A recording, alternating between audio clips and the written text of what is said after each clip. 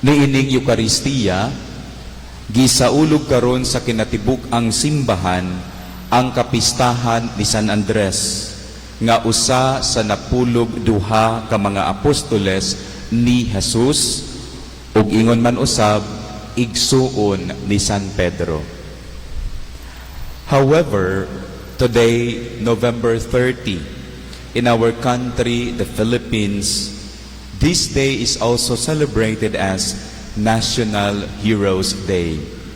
But this national celebration is based on the celebration of Andres Bonifacio, the founder of the revolutionary Katipunan movement. Bonifacio was obviously named after Saint Andrew the Apostle.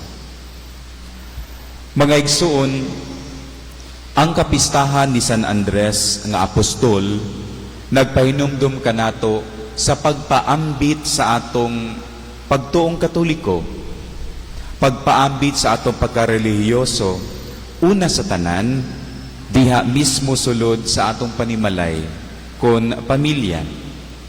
Ingon man usab ngadto sa atong mga higala.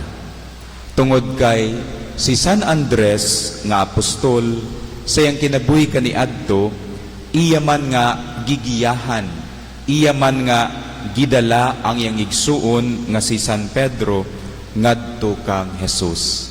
Nahimo siyang tigdala.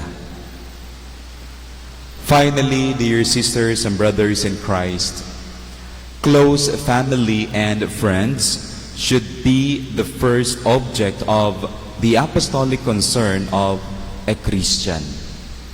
Thus, let us draw many people closer to the Church. And by doing so, may God bless us all. Amen.